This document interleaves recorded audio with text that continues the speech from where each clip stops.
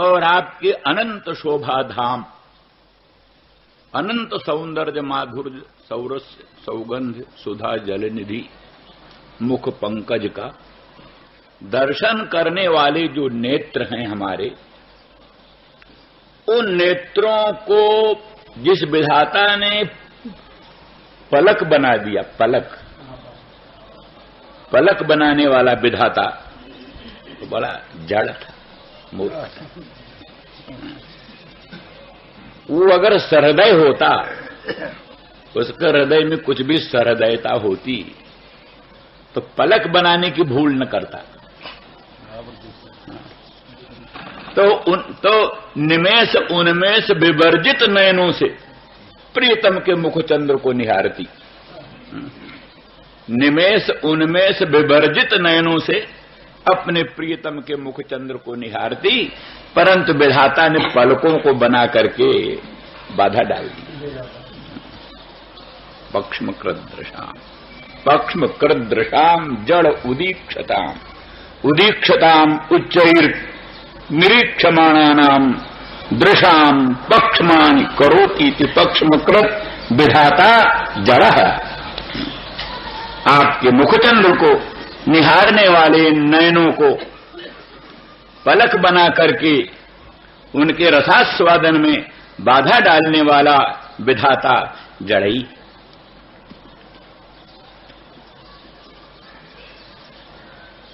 अथवा कोई लोग ऐसा अर्थ करते हैं, जहां पक्ष्माणि कृंतति सा पक्ष्म कृतेव अजड़ः। अच्छा। जो बुद्धिमान इन पलकों को काट देता है, पलकों को खत्म कर देता है, वही वस्तुतः अजड़ है, रसिक, वही रसिक है। क्योंकि भगवान के मुखचंद्र के दर्शन में ये पलक जो है बड़ी बाधा डालते हैं। पलकन हो परिहरो निमेषी। सीता जनक नंदिनी भगवती रामचंद्र राघवेंद्र का मुखचंद्र दर्शन करने लगी तो पलकन हो परिहरो निमेषी, पलकों ने निमेष उन्मेष बंद कर दिया। भयउ बिलोचन चारु अचंचल, भयउ बिलोचन चारु अचंचल, मनहु सकुच निम तजो दृगंचल। चारु बिलोचन भगवान के मुखचंद्र को देखते हुए अचंचल हो गए, मानो निमि ने सकुच करके, निमकुल कन्या है, निमकुल कन्या सीता है, अपने प्रियतम को निहार रही है। यहाँ निमिकुल वृद्ध निमि को रहना उचित नहीं, इसलिए हट गए मानो। तो निमि हट गए तो फिर निमि के आधार पर ही तो निमेषोन्मेष चलता है, निमि हट गए तो निमेषोन्मेष बंद हो गया अपने आप। इसलिए निर्निमेष नयनों से भगवान के मुखचंद्र का निहारना संभव हो सका।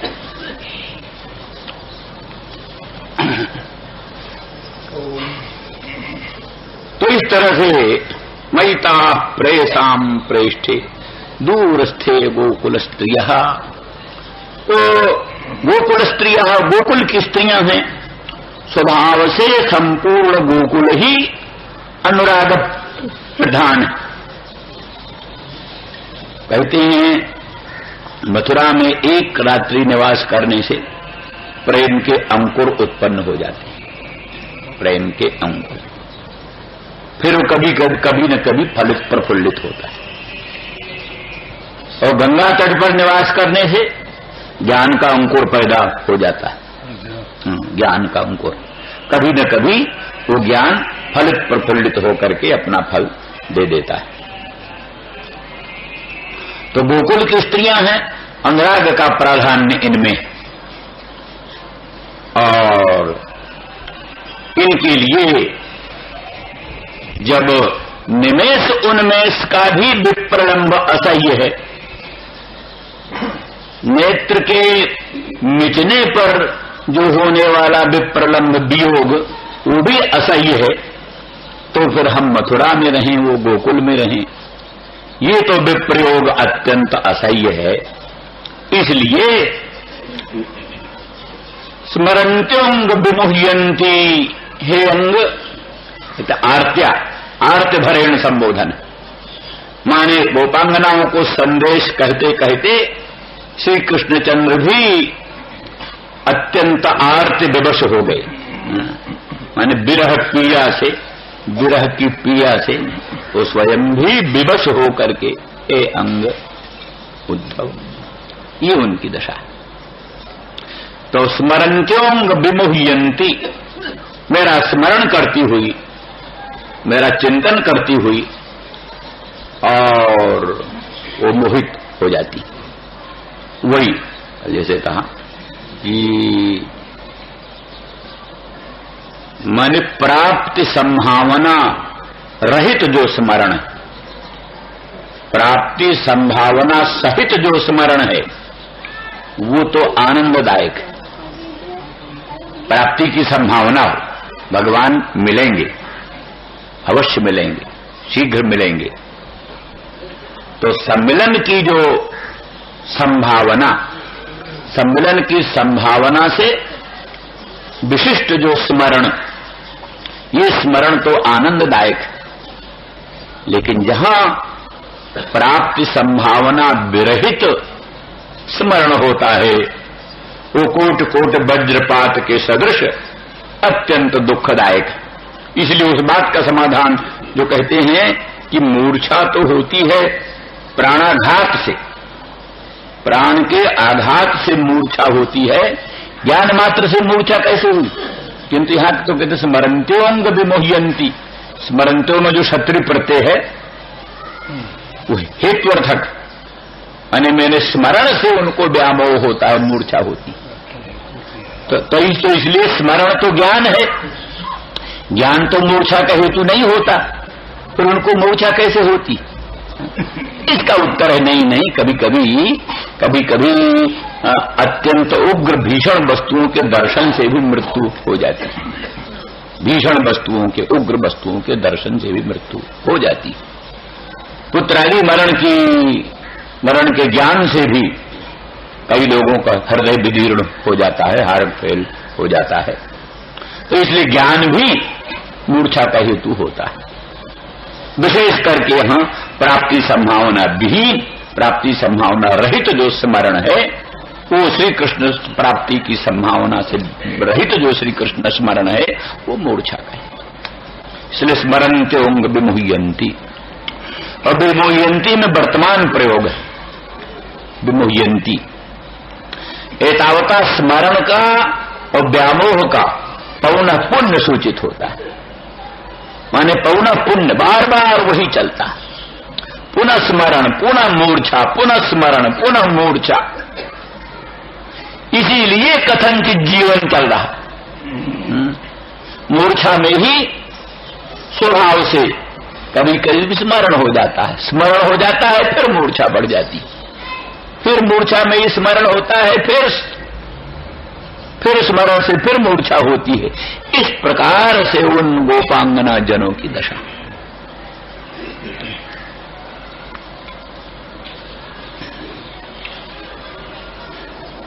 महिता प्रेयसाम प्रेष्ठे दूरस्थे गोकुल स्त्रिय स्मरन्त्योंग विमुह्यन्ति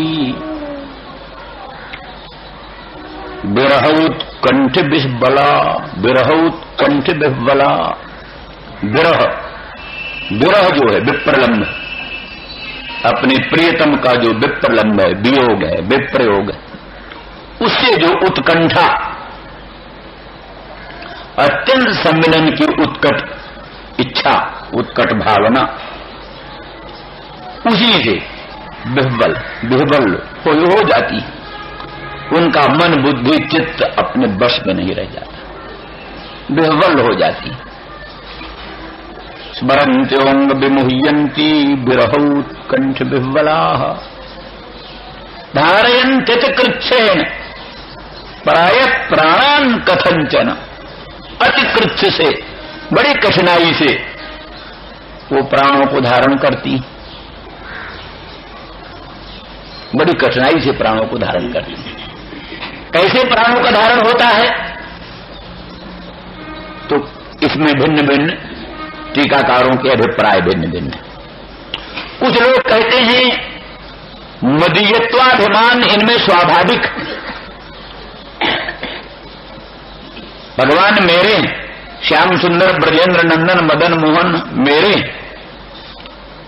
मेरे हैं तो मुझको अवश्य मिलकर रहेंगे। ये जो सम्मिलन की आशा, बलवती आशा, ये जाते हुए प्राणों को बांध करके फिर रख लेती है।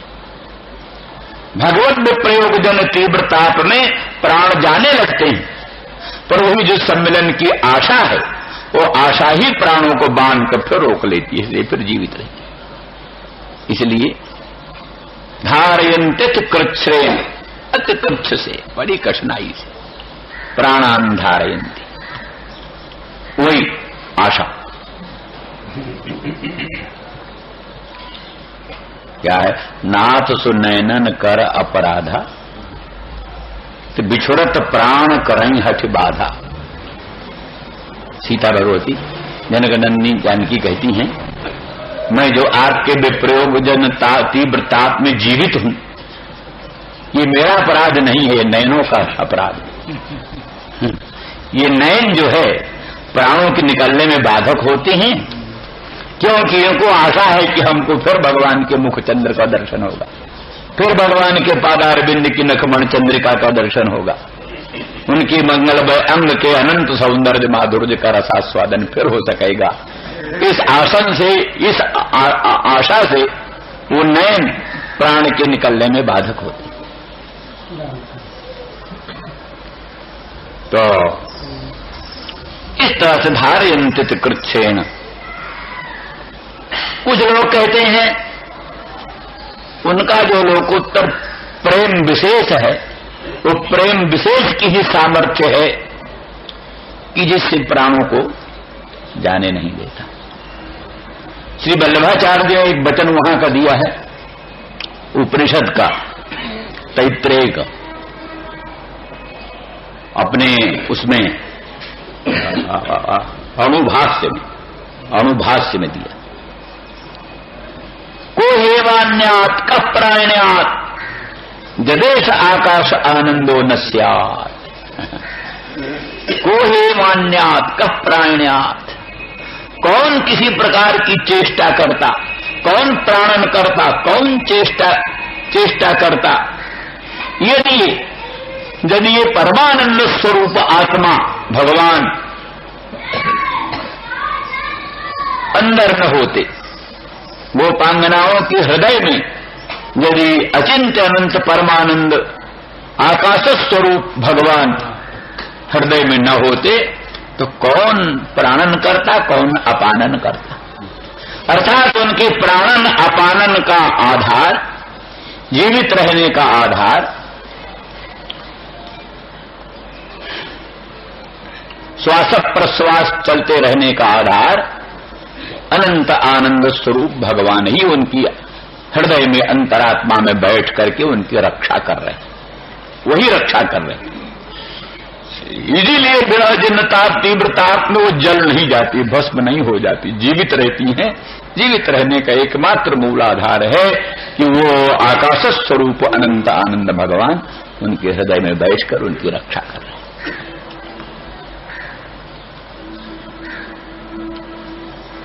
धारयन्ति कृच्छ्रेण प्राय प्राणान कथंचन। यहां ये भी कहते हैं, क्यों महाराज, ये भी एक पक्ष है। कहते हैं क्यों महाराज, बतलाओ कौन सा कारण है, किस कारण से वो जीवित है। तो लज्जा से कहने में संकोच करती, तो भी अंत में दूसरा मार्ग नहीं है, हेतु बतलाना होगा, कैसे जीवित है, कैसे प्राणों को धारण करती।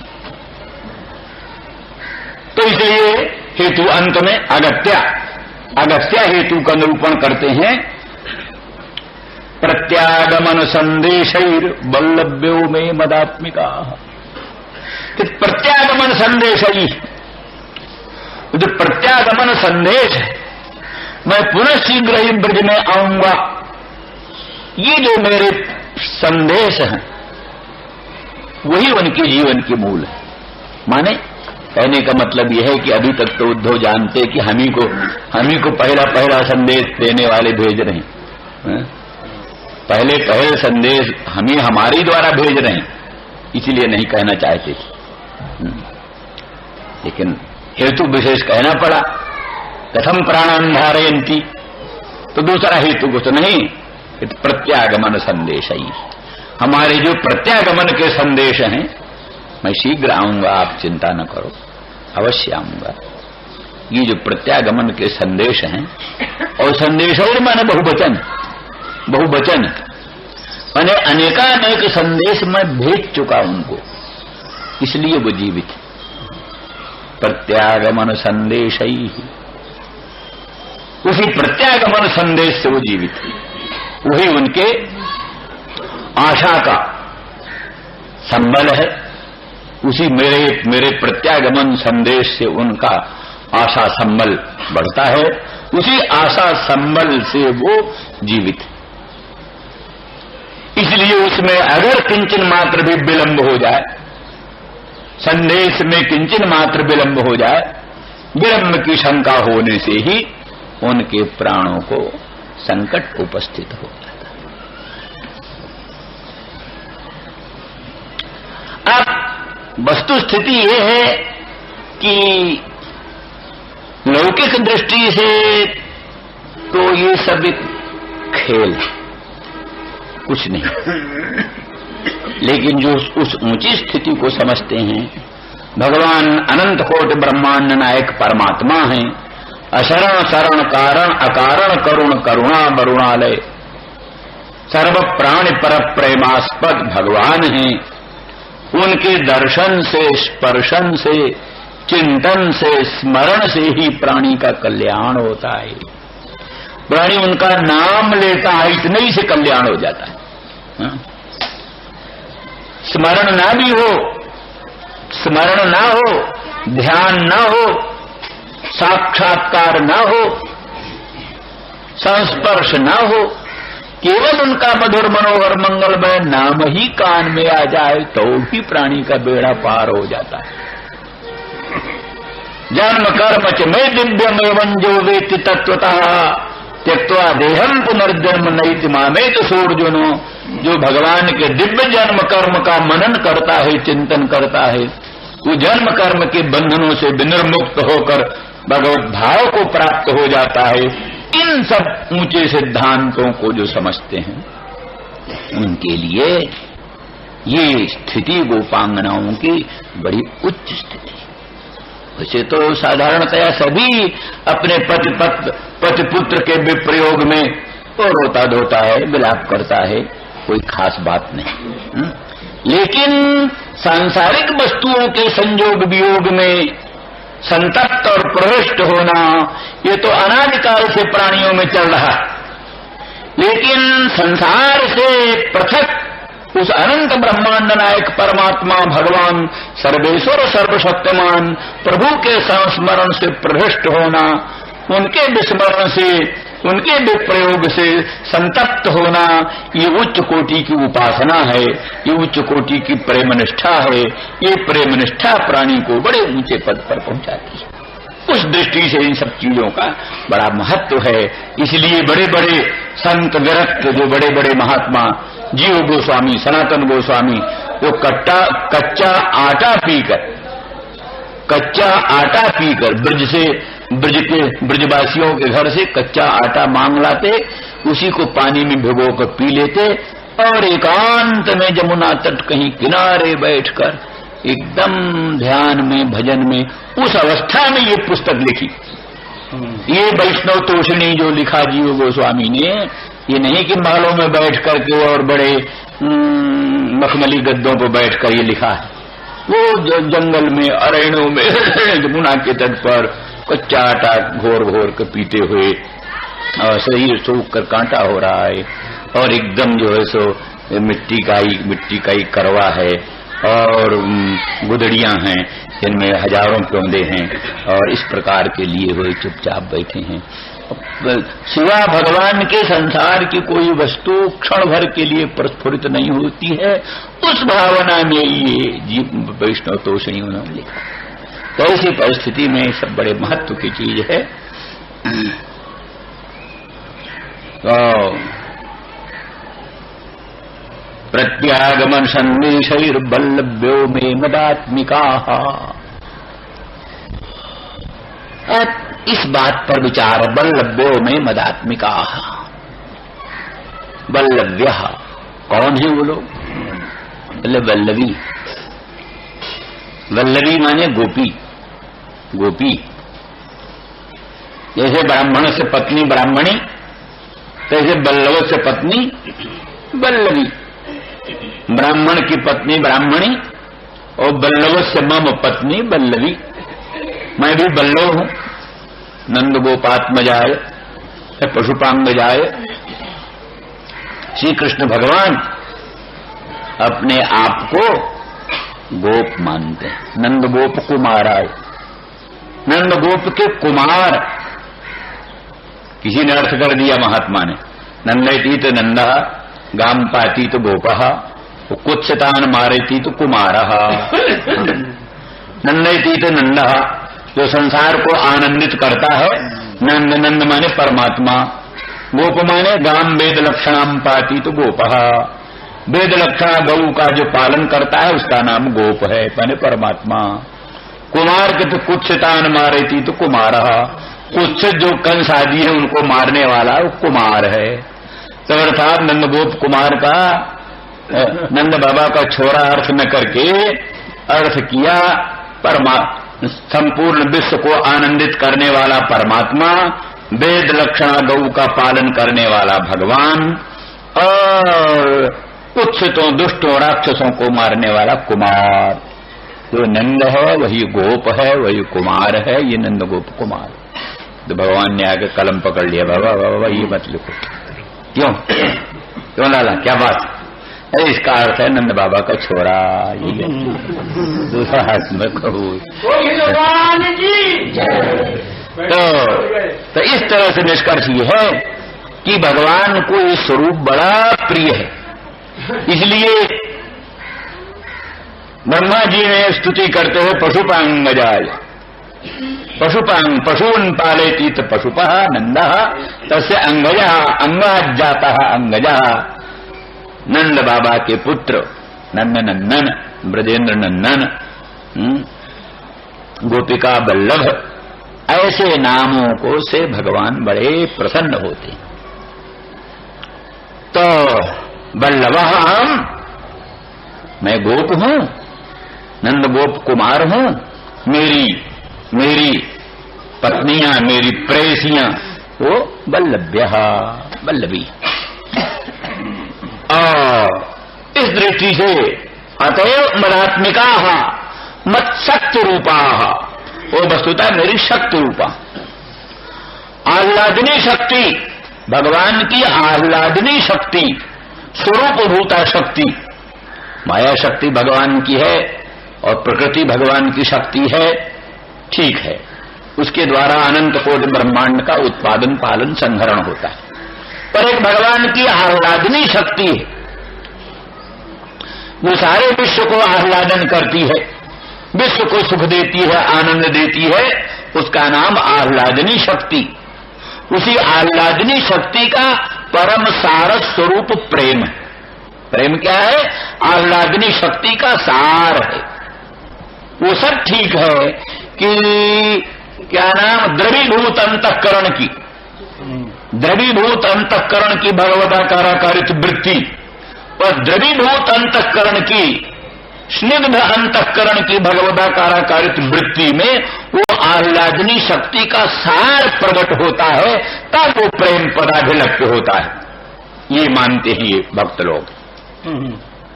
मधुसूदन सरस्वती तो इसी से मानते हैं कृतार्थ की, चूंकि वो स्निग्ध अंतःकरण की भगवदाकारित वृत्ति में सर्वेश्वर सर्वशक्तिमान भगवान प्रकट हो गए हैं, इसीलिए वो भक्ति, इसीलिए वो भक्ति है। लेकिन वो कहते उसके साथ साथ भगवान का प्राकट्य तो हो, लेकिन आह्लादनी शक्ति का परम सार उस स्निग्ध वृत्ति में अभिव्यक्त होता है, तब वो भक्ति पदाभिलप्य होती है, तब वो भक्ति बनती है। तो इस तरह से ऐसा जो प्रेम है, आह्लादनी शक्ति का सारभूत जो प्रेम है, वो प्रेम स्वरूपा ये ब्रजांगना है, प्रेम मूर्ति ये ब्रजांगना है। ये ब्रजांगना क्या है? प्रेम का साक्षात मूर्ति। कौन प्रेम? वही आह्लादनी शक्ति का सार स्वरूप।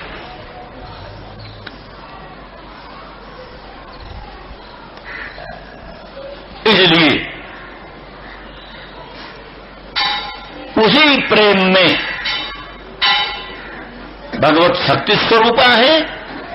और विशेषता एक बात बतलाई कि जो स्वयं भगवान है, आह्लादनी शक्ति के अधिष्ठान, इनकी रसरूपता की विशेषता ये है कि आह्लादनी शक्ति का जो आधार है, मैं सर्वेश्वर सर्वशक्तिमान कृष्ण, जो आह्लादनी शक्ति का आधार है, इनमें वो चमत्कार है कि हमारे मन को भी आकृष्ट कर लेती, हमारे मन को भी आकृष्ट करती।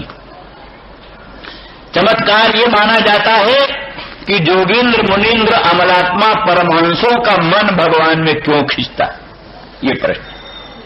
जो आत्माराम है, आत्मारामाश्च मुनयो निर्ग्रंथा क्रमे कुर्बन्त हेतु किम भक्तिम। यहाँ प्रश्न है, जो आत्माराम है, आत्मा में ही आसमंतात निरंतर रमण करते हैं, वो आत्माराम है।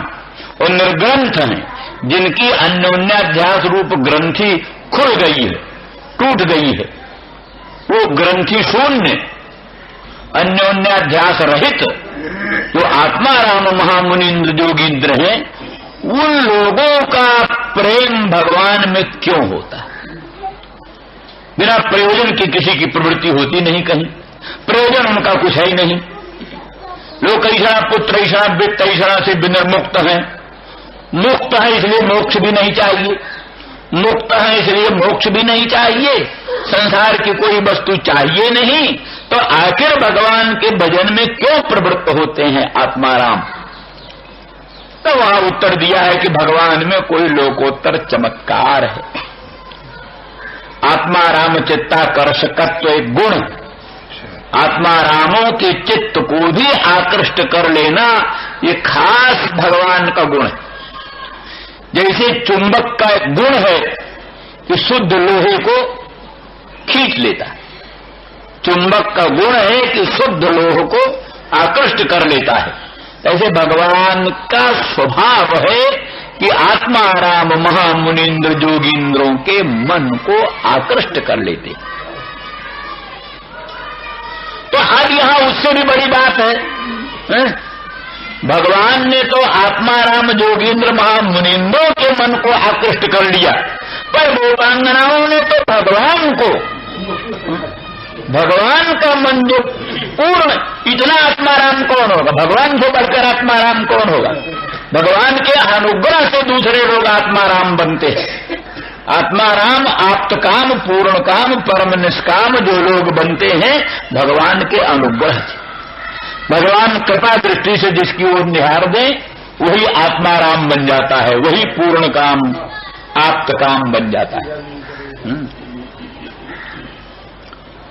रमा बिलास राम अनुरागी सजत बमन इव नर बड़ भोगी। वो बड़भागी नर रमा बिलास को बमन के तुल्य त्याग देता है।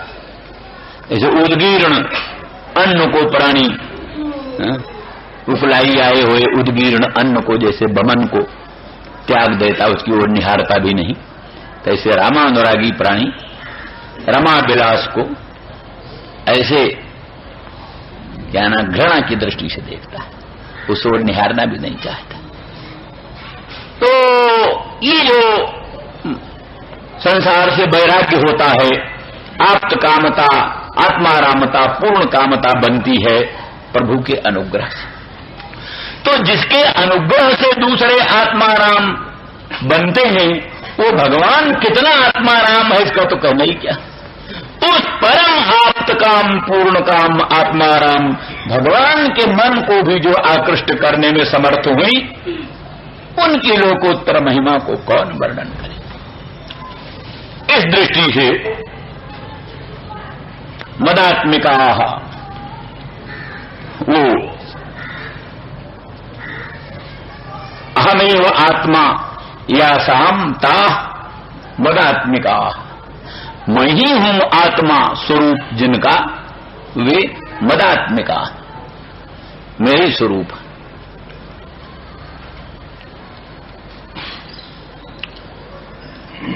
एक भाव ये। दूसरा भाव ये है कि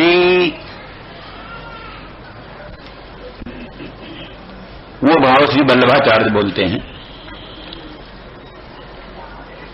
कि पहले तो एक विश्वनाथ चक्रवर्ती बोलते हैं, उनकी बात कह लें। वो कहते हैं कि वल्लभ्य कहने से ये सूचित है कि वल्लभ जो गोप हैं, गोपांगना, गोपांगना, गोपसी मंत्रिनी, वो गोपसी मंत्रिनी और मदात्मिका है। गोपसी मंत्रिनी गोपांगनाओं, गोपों की पत्नियां, परंतु वो मदात्मिका है, मदरूप हैं, मेरे स्वरूप हैं। अपना स्वरूप मुझ में निवेदन करके मेरा रूप बन गई। तो आपकी शक्ति है, आपके रूप है, तो वल्लभी क्यों बनी? फिर वो गोपांगना क्यों बनी? गोपसी मंत्रिनी क्यों बनी? आपकी लक्ष्मी बनती, आपकी पत्नी बनती, आपकी शक्ति स्वरूपा बनती। इसलिए कहा वस्तुतः विश्वनाथ चक्रवर्ती, जीव गोस्वामी, इन सब की दृष्टि से ये परम उत्कृष्ट कोटि की गोपांगना परकिया है। भगवान की स्वकीया भार्या पत्नी न हो करके परकिया, ये परकिया तो क्यों है? भगवत स्वेच्छा।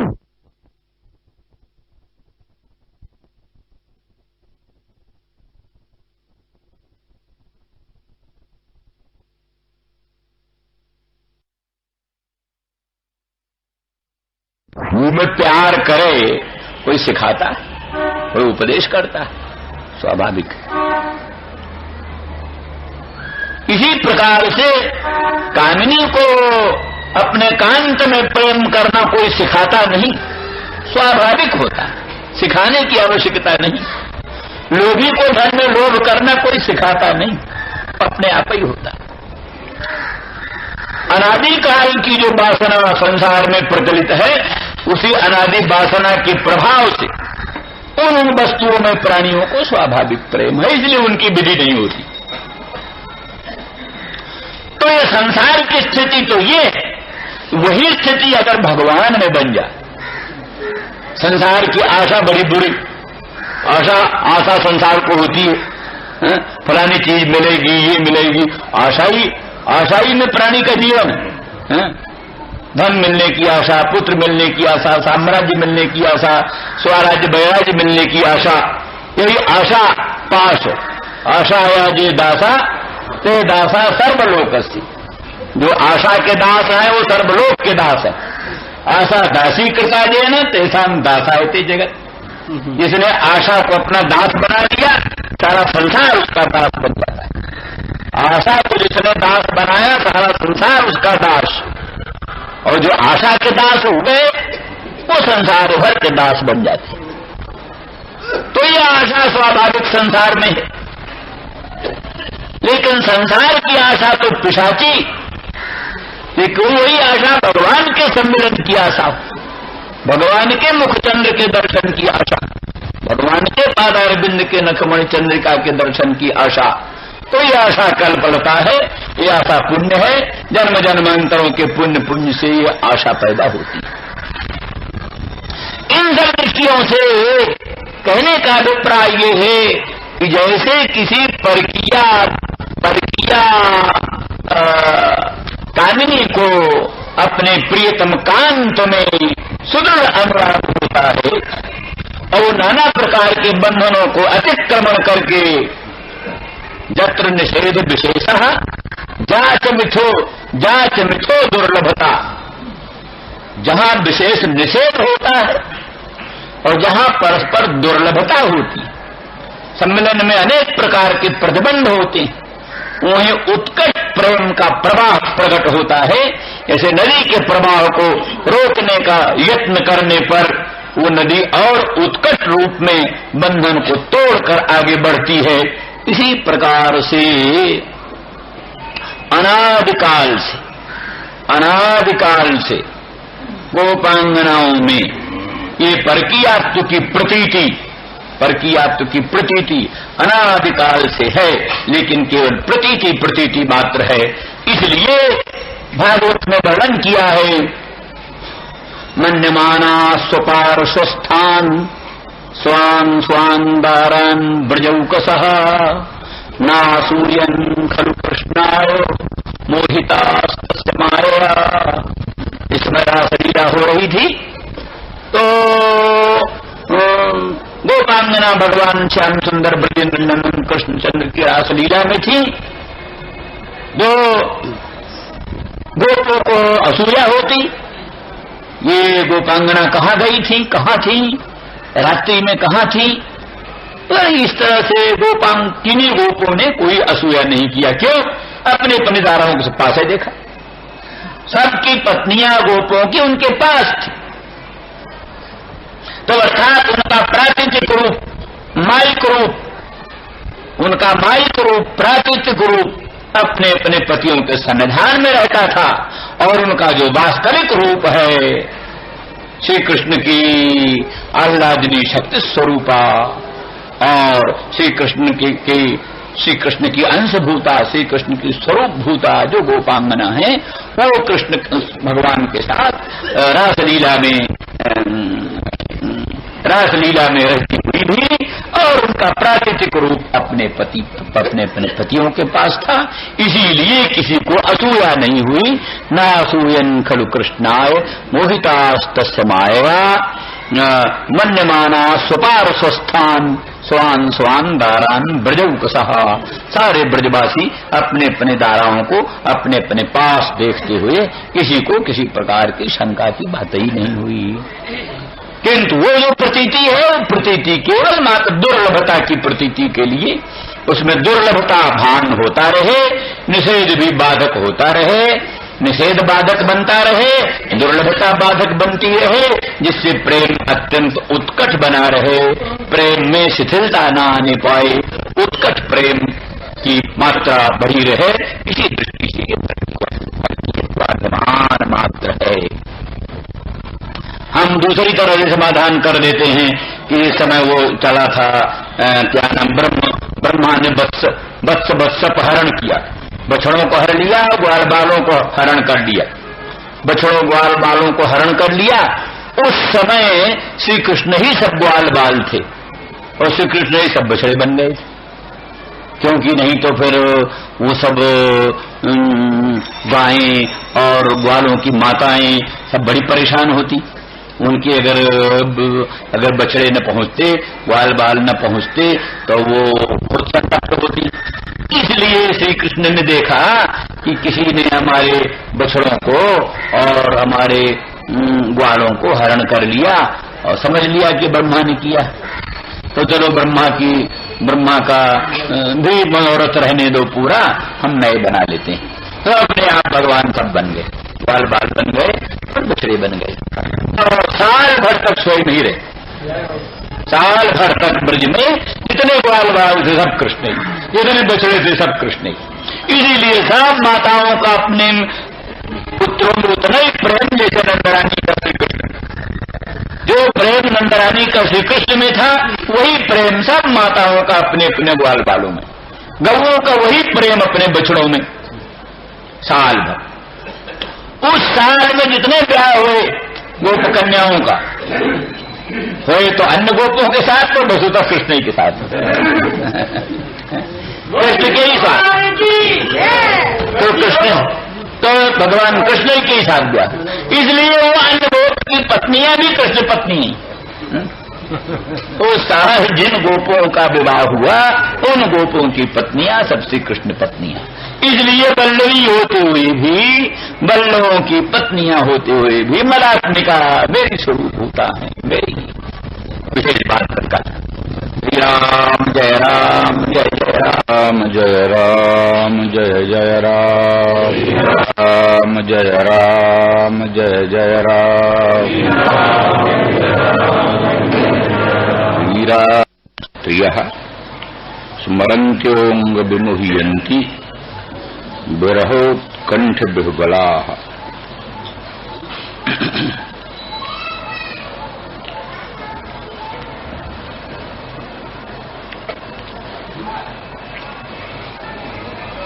अतिकृच्छ से गोपांगना भगवान श्री कृष्ण उद्धव जी को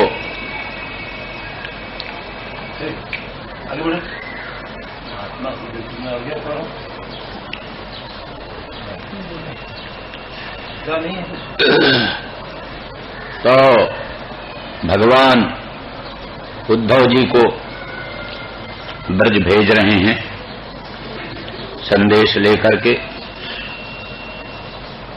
तो पहले वहां ब्रज की स्थिति का वर्णन कर रहे हैं, विशेष करके गोपांगनाओं की स्थिति का वर्णन कर रहे हैं।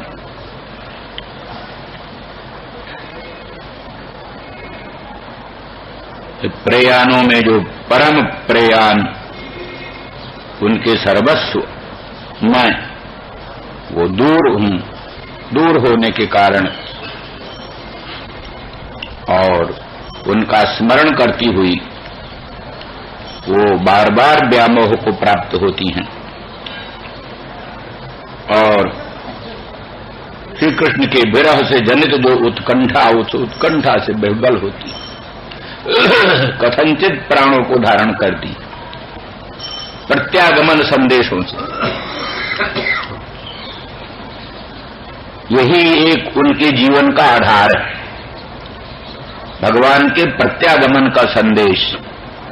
भगवान आएंगे, मिलेंगे, ये आशा, इस प्रत्यागमन संदेशों से आशा बंधती है। आशा बंधने से जीवन रहता है सुरक्षित।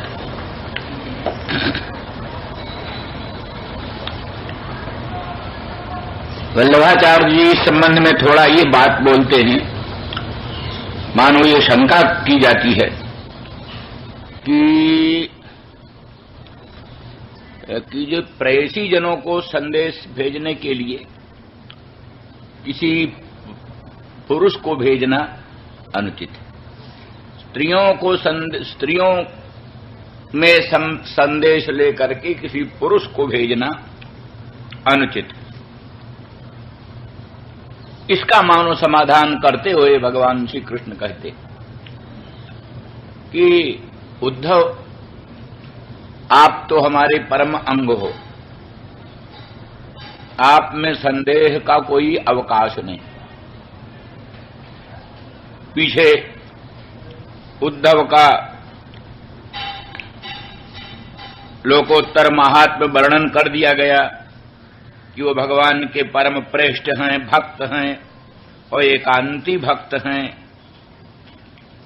और सभी वृष्णवंशियों के विश्वास पात्र हैं, साक्षात बृहस्पति के शिष्य हैं।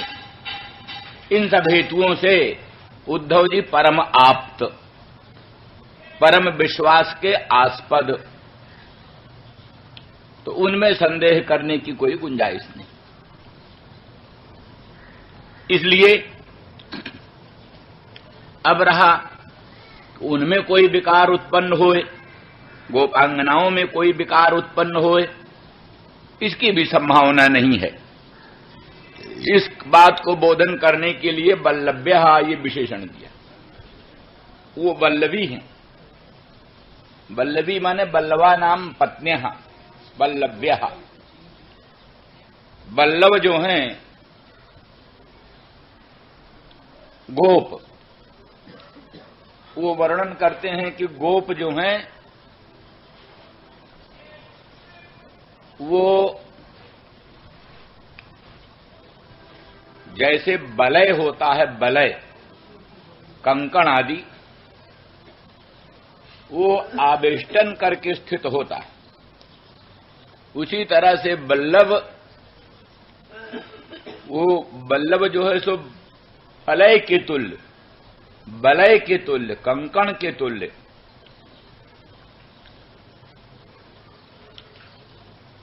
आवेष्टित करके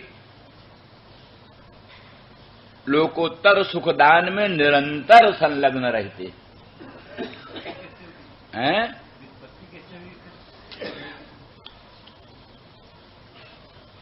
अब व्युत्पत्ति तो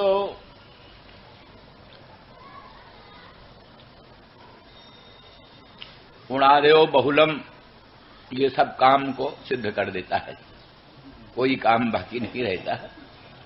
इसलिए वल्ल का जो क्या नाम, बलय के स्थान में ला के स्थान में द्वित्व हो गया, या के स्थान में वाह हो गया, गुणादेव बहुलम से सब बन जाता है।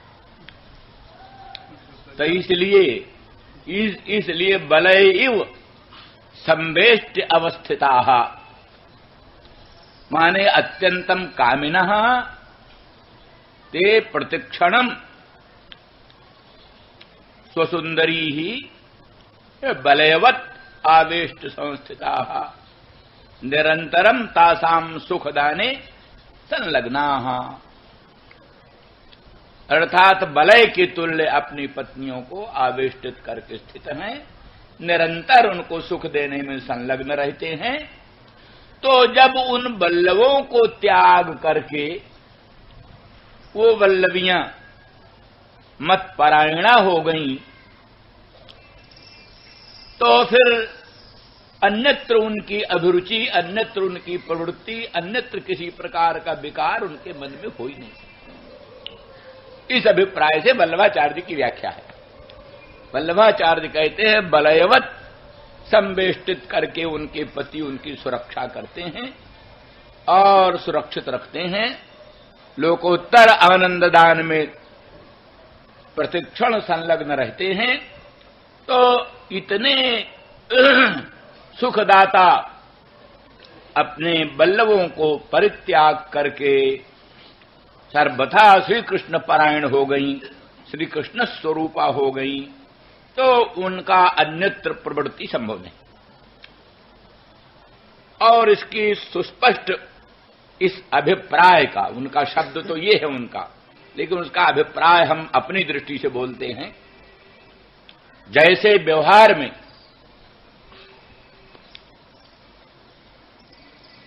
पहले अधर्म को त्याग करके धर्म का ग्रहण किया जाता है, अधर्म का उल्लंघन करने के लिए धर्म का अवलंबन किया जाता है। अविद्या मृत्युन तीर्थवा विद्यामृतम अश्नुते, अविद्या के द्वारा माने वैदिक काम कर्म ज्ञान के द्वारा पाशविक काम कर्म ज्ञान को उल्लंघन करो, यही अविद्या मृत्युन तीर्थवा का अर्थ है। तो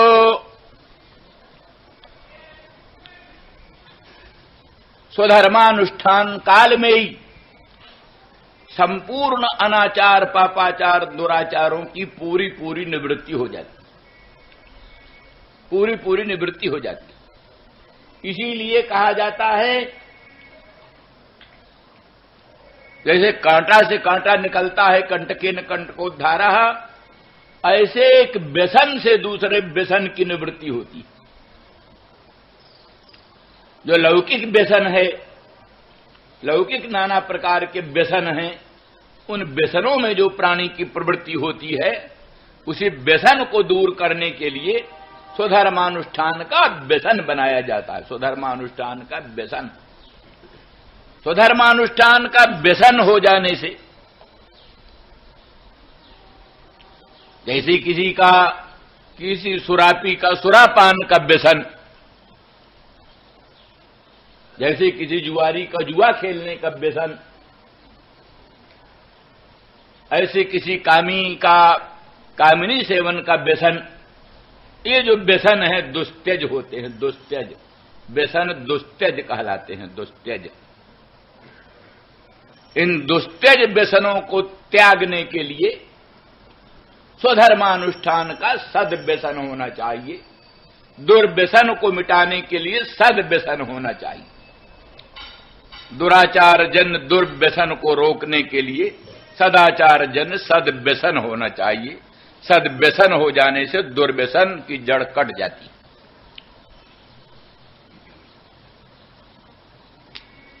तो ये उद्धव ने अपने अनुभव में कहा है, जा दुस्त्यजम स्वजनमार्ज पथंच हित्वा भीजुर्मुकुंद पदवीम श्रुतिभिर्विमृग्याम आसामहो चरण रेणु जुषा महंस्याम।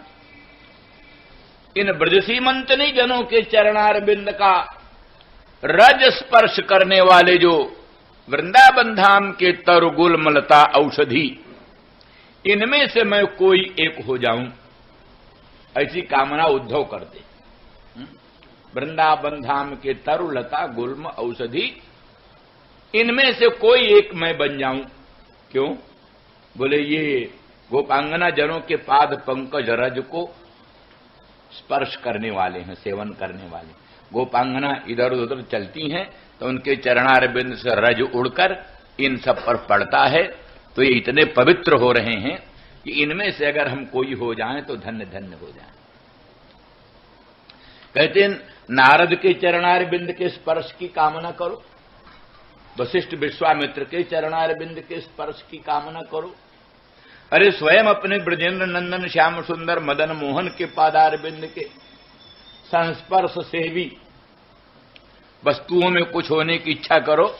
गोपांगनाओं में क्या विशेषता, तो उनकी विशेषता वर्णन करते हो यही कहते, जा दुस्त्यजम स्वजन मार्ज पथंच हित्वा।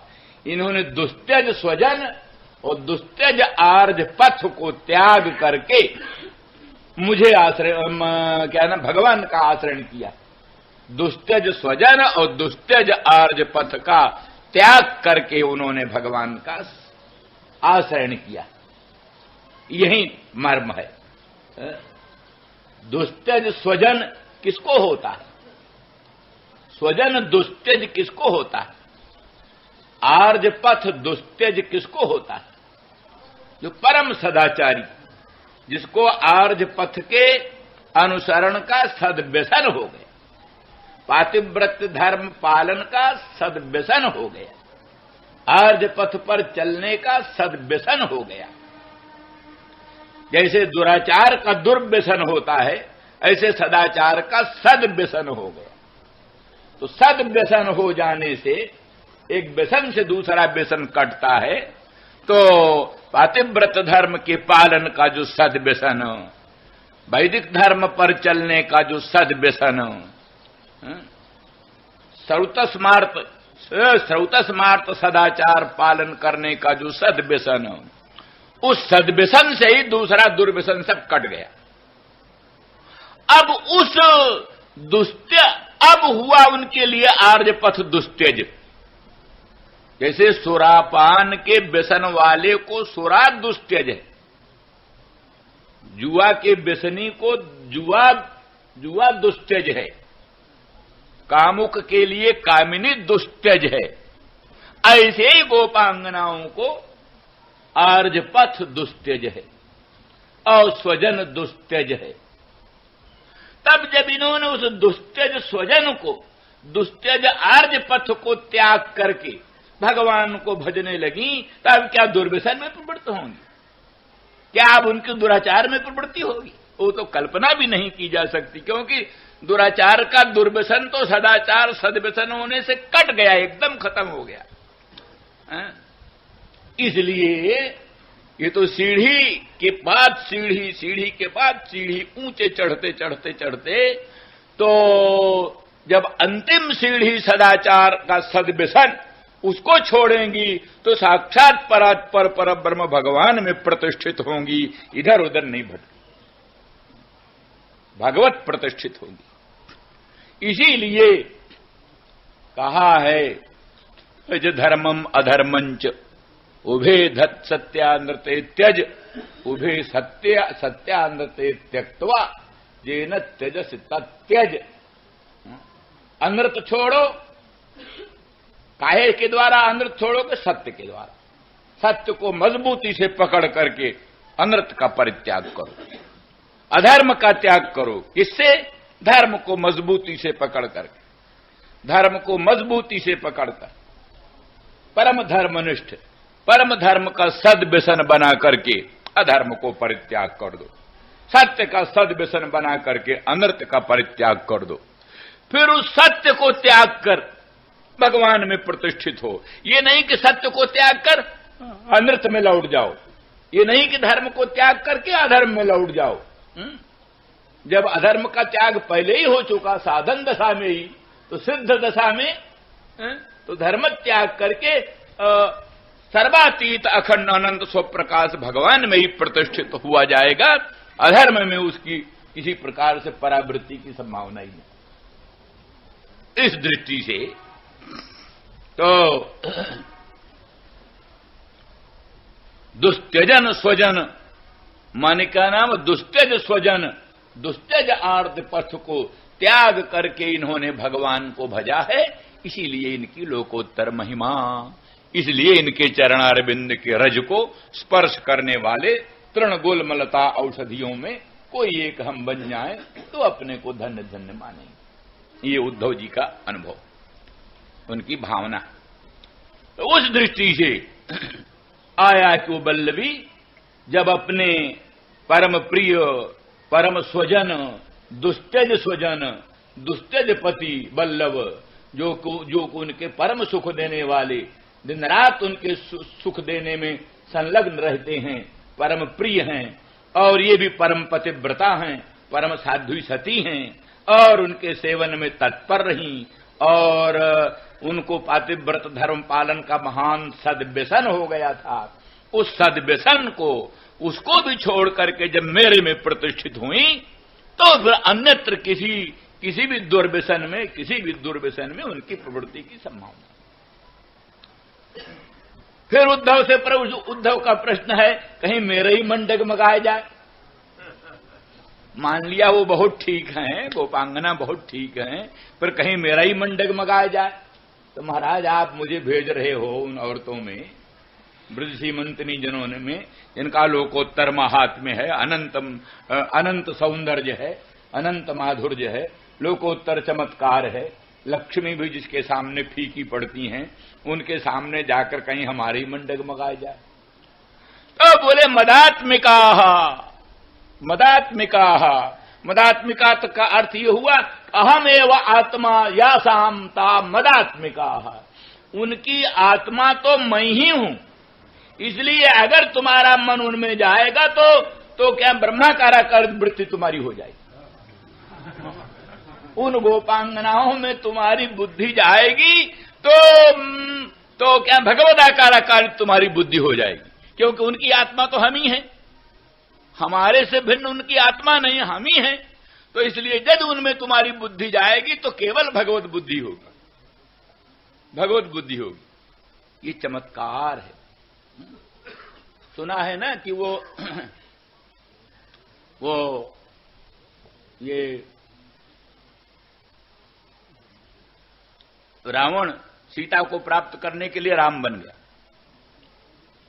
देखा ये किसी तरह से बस में नहीं आती, किसी तरह से बस में नहीं आती।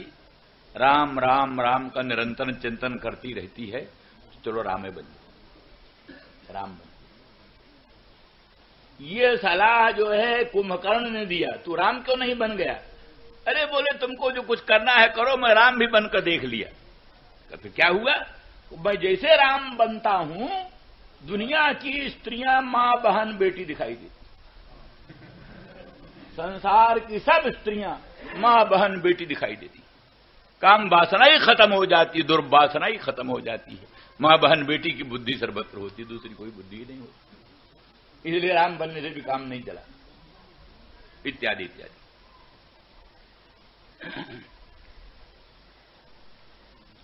तो इस दृष्टि से मदात्मिका अहमेव आत्मा जासामता मदात्मिका।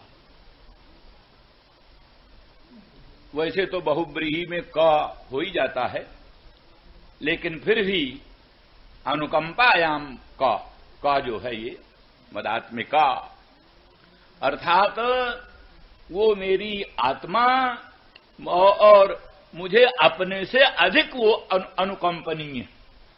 अपने में जितना प्रेम होता है, मुझ वासुदेव श्री कृष्णचंद्र परमानंद कन्न मदन मोहन को अपने आत्मा में जितना प्रेम होना चाहिए, उनसे भी अत्यधिक प्रेम उनमें, उनसे भी अत्यधिक प्रेम उनमें है। इसलिए मेरी आत्मा से भी वो अधिक अनुकंपनीय है, इसलिए वो मेरी आत्मस्वरूपा है। और उनके दर्शन से तुम कृतकृत्य हो जाओगे उद्धव, धन्य धन्य हो जाओगे। जाओ, जरूर जाओ।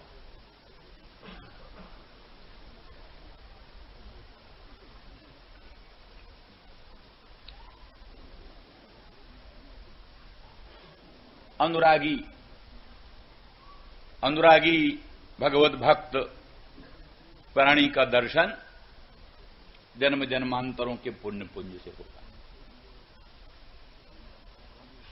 गोपांगना अनुराग मार्ग की आचार्या, यही आचार्य, सर्वोत्कृष्ट स्थिति उनकी।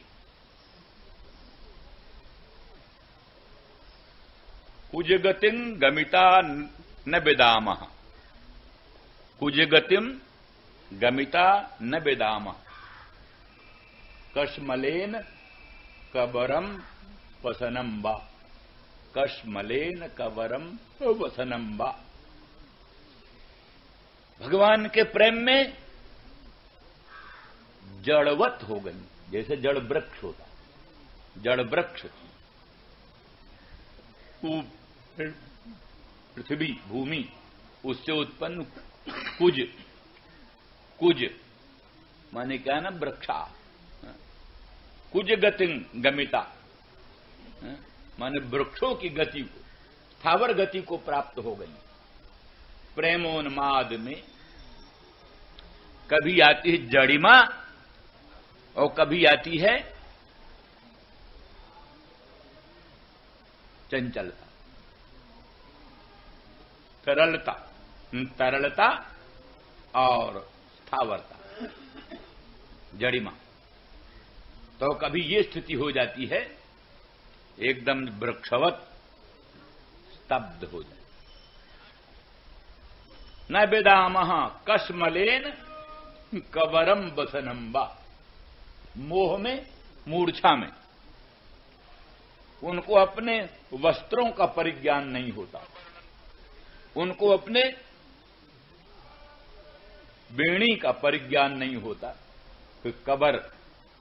कबर खुला है कि बंधा है, कबर में पुष्पमालाएं सुस्थिर हैं कि पुष्पमालाएं गिर गईं। इसलिए कश्मलेन कवरम वसनम वा, कवर और वसन उसका भी स्मरण नहीं रहता, स्थावर भाव को प्राप्त हो जाती हैं, ऐसी अवस्था आती है। अब यहां एक प्रश्न यह रहता है कि भगवान ने संदेश दो ही को कहा ज्यादा। एक तो कहा पित्रोर न प्रीतिमा बह, और दूसरा फिर ये गोपांगनाओं की चर्चा की। परंतु वृंदावन धाम में, गोकुल में सभी भगवान के भक्त हैं। उपनंद, सन्नंद आदि बड़े वृद्ध, नंद आदिकों के भी पूज्य, वे सब भी भगवान कृष्ण में बड़ा प्रेम करते हैं। उन्होंने कहा है, हे नंद, तुम्हारे आत्मज में हम लोगों की भी प्रीति वैसा ही है जैसे तुम्हारी प्रीति। इसमें काली नाग के नाथने के लिए भगवान काली हृदय में प्रवेश करते हैं, तो जितने स्त्री पुरुष ब्रज के सभी मरण के लिए उद्यत हो गए, और ग्वाल बाल पशु पक्षी सभी श्री कृष्ण विरहजन तीव्र ताप में संतप्त होकर के मरणोद्यत हो गए।